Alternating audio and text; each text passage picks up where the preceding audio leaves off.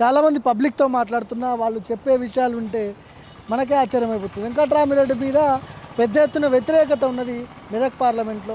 ఎక్కడ తిరిగినా కూడా పండ్లు అమ్ముకునే వ్యక్తి ఉన్నాడు. ఎట్లుంది వ్యాపారం, నడుస్తుందా? నడుస్తున్నాయి కొద్దిగా. ఎండలకు జనాలు బయటకు వెళ్తారు. ఓకే. ఎట్లా ఎంత సంపాదిస్తావు రోజుకి? కైకిలు పడుతుంది 500-600. రైట్. అయితే ఇప్పుడు మెదక్లో రఘునందన్ రావు పోటీ చేస్తున్నాడు బీజేపీ నుంచి, వెంకట్రామిరెడ్డి బీఆర్ఎస్ నుంచి, కాంగ్రెస్ నుంచి నీలం మధు. ఎట్లా ఉంటుంది పరిస్థితి? నువ్వు ఎవరు కోటైపోతున్నావు? రఘునందన్ రావు వస్తే బాగుంటుంది. సెంట్రల్లో ఏది ఉండదో ఇక్కడ అదే ఉండాలి. ఓకే. సెంట్రల్లో గత 10 సంవత్సరాల నుంచి బీజేపీ ఉన్నది. అప్పుడు 90 చిల్లర అటల్ బిహారీ వాజ్పేయి ఉండే. ఆయన మంచి పనులు చేసింది కాబట్టి అప్పుడు అంత్యోదయ యోజన కార్డు బియ్యం పంపిణీ చేసి ఉండే. ఇంకా మస్తు పనులు చేసి ఉండే అప్పుడు. అందుకే ఆయనను 3వ సారి ప్రధానమంత్రిగా ప్రజలు ఎన్నుకున్నారు కదా. 6 గ్యారెంటీలు కాంగ్రెస్ వాళ్ళు. ఏ గ్యారెంటీ అన్నీ తొక్కలో గ్యారెంటీలు అవి. నీలం మధు ఓటేసే అవకాశం ఉందా నీలం మధుకి? లేదు లేదు, బీజేపీ రఘునందన్ రావే. ఎందుకే అట్లా అంటున్నావు? ఫీల్ అవుతారు కాంగ్రెస్ వాళ్ళు మళ్ళీ?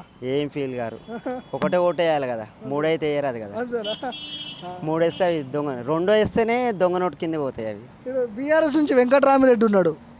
ఎట్లుంటుంది పరిస్థితి? స్టేట్లో లేదు కదా ఇప్పుడు. అట్లా స్టేట్లో లేదు, ఢిల్లీలో లేదు, గల్లీలో లేదు, ఎక్కడ రాదు. ఆల్రెడీ ఒక 5 రాష్ట్రాలు ఏకగ్రీవం అయి ఉన్నాయి. 3-5 మొత్తం మీద ఏకగ్రీవంగా ఉన్నాయి రాష్ట్రాలు. 1 సైడ్ ఉన్నాయి. మిగిలిన 31 రాష్ట్రాలల్లో 11 రాష్ట్రాలల్లో ఆల్రెడీ ఉన్నది. ఇంకొక 14 రాష్ట్రాలల్లో 10-12 రాష్ట్రాలు, అందులో ఒక 3-5 రాష్ట్రాలు ఏకగ్రీవంగా ఉన్నాయి.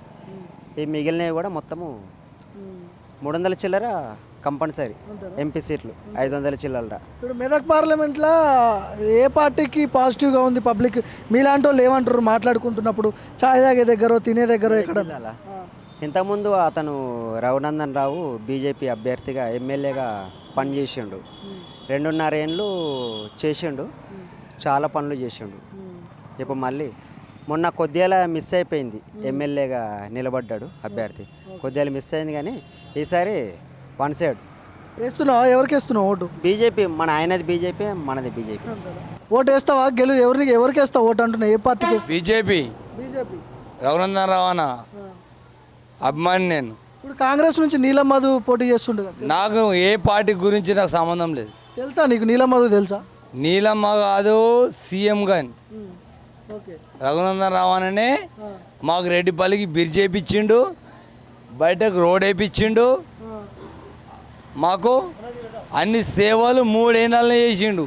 5 ఏళ్ళకి ఉంటే ఇంకా మాకు చాలా అభివృద్ధి పనులు. మొన్న ఎమ్మెల్యేగా ఓడిపోయిండు కాబట్టి ఇప్పుడన్నా ఎంపీగా గెలిస్తే అన్న దేవుని దయ వల్ల అన్న గెలిస్తే మాకు పనులు అవుతాయి. వెంకట్రామిరెడ్డి పోటీ చేస్తున్నాడు టీఆర్ఎస్ నుంచి. బీఆర్ఎస్ వెంకటరామరెడ్డి కదా సీఎం కూడా అయ్యింది.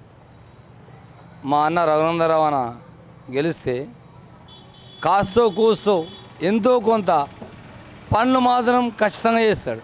3 నెలల బ్రిడ్జ్ కట్టించిండు 3 సంవత్సరాల మాకు రెడ్డిపల్లికి. 112 మంది చచ్చిపోయారు యాక్సిడెంట్ అయ్యి.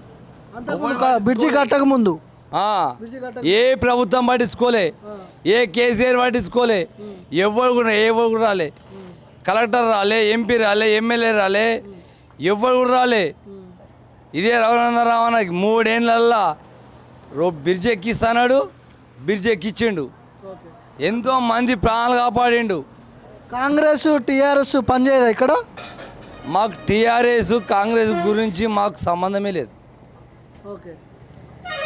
బీజేపీ రఘునందన్ రావు అన్న ఎంపీగా గెలిపిస్తాం ఖచ్చితంగా.